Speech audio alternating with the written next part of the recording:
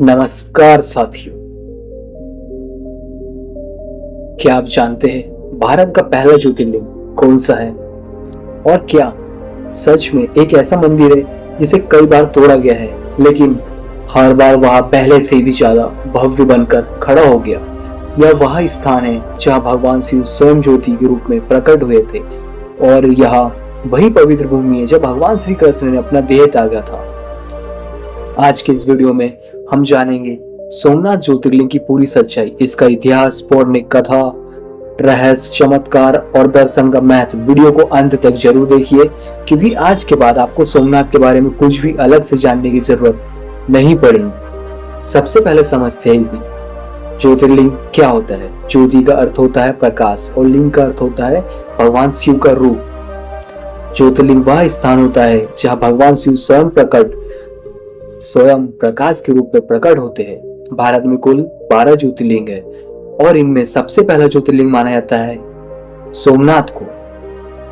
सोमनाथ ज्योतिर्लिंग गुजरात राज्य के सौराष्ट्र क्षेत्र में प्रभासपट्टन नामक स्थान पर स्थित। यह मंदिर अरब सागर के किनारे बसा हुआ है और इसकी सबसे खास बात यह है कि मंदिर के सामने समुद्र की उस पार सीधी रेखा में दक्षिण ध्रुव तक कोई भूमि नहीं आती। इसी कारण इस स्थान को पृथ्वी का सबसे शक्तिशाली आध्यात्मिक स्थानों में से एक माना जाता है। सोमनाथ मंदिर को भारत की आध्यात्मिक सभ्यता का प्रवेश द्वार भी कहा जाता है। अब जानते हैं सोमनाथ ज्योतिर्लिंग की सबसे प्रसिद्ध पौराणिक कथा। प्राचीन समय में चंद्रदेव का विवाह दक्ष प्रजापति की 27 पुत्रियों से हुआ था, लेकिन चंद्रदेव केवल रोहिणी से ही प्रेम करते थे। बाकी पत्नियों की अपेक्षा से दुखी होकर उन्होंने अपने पति दक्ष प्रजापति से शिकायत की। क्रोधित होकर दक्ष प्रजापति ने चंद्रदेव को श्राप दे दिया कि उनकी चमक धीरे धीरे समाप्त हो जाएगी। श्राप से परेशान होकर चंद्रदेव भगवान शिव जी की शरण में आए और प्रभास क्षेत्र में कठोर तपस्या करने लगे। कई वर्ष की कठिन तपस्या करने के बाद भगवान शिव प्रकट हुए और उन्हें चंद्रदेव को श्राप से मुक्त प्रदान किया। तभी से भगवान शिव यहाँ सोमनाथ जी के नाम से प्रसिद्ध हुए। सोम का अर्थ होता है चंद्रमा और नाथ का अर्थ होता है भगवान। इसी प्रकार यह स्थान सोमनाथ कहलाता है। अब बात करते हैं सोमनाथ मंदिर के इतिहास की। ऐसा माना जाता है कि इस मंदिर का निर्माण सबसे पहले चंद्रदेव ने सोने से किया था। इसके बाद रावण ने इसे चांदी से बनवाया था। फिर भगवान श्री कृष्ण ने इसे लकड़ी से बनवाया था और अंत में राजा भीमदेव ने पत्थरों से इसका निर्माण करवाया। इतिहास में इस मंदिर पर कई बार आक्रमण हुए। सबसे प्रसिद्ध आक्रमण मोहम्मद गजनवी ने किया था, जिसमें मंदिर को लूट लिया गया था, लेकिन हर बार यह मंदिर फिर से बनाया गया। स्वतंत्रता के बाद भारत के लौह पुरुष सरदार वल्लभ भाई पटेल ने सोमनाथ मंदिर के पुनर्निर्माण का संकल्प लिया और आज जो भव्य मंदिर हम देखते हैं वह उसी संकल्प का परिणाम है।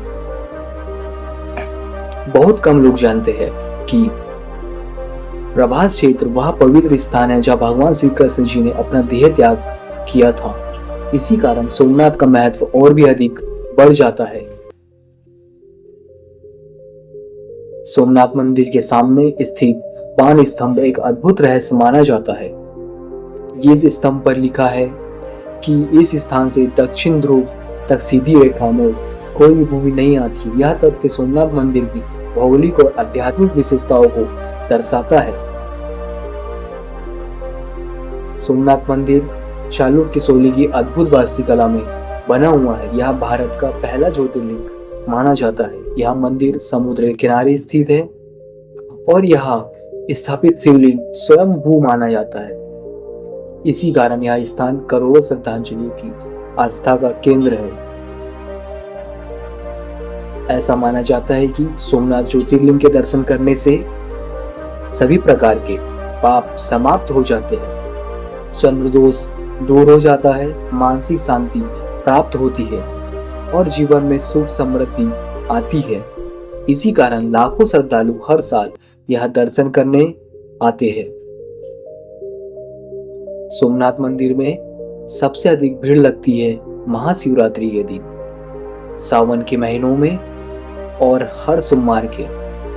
अगर आप सोमनाथ ज्योतिर्लिंग के दर्शन करना चाहते हो तो सबसे नजदीकी रेलवे स्टेशन वेरावल और सबसे नजदीकी एयरपोर्ट द्वीप है।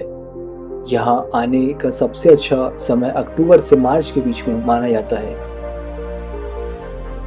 सोमनाथ केवल एक मंदिर नहीं, यह हजारों वर्ष से अडिग खड़ी भारत की आस्था की पहचान है। अगर आप भी भगवान शिव के सच्चे भक्त हैं तो कमेंट में जरूर लिखें हर हर महादेव। और हमारी 12 ज्योतिर्लिंग यात्रा के अगले एपिसोड को देखने के लिए चैनल बॉबी ओमकार को जरूर सब्सक्राइब कीजिए।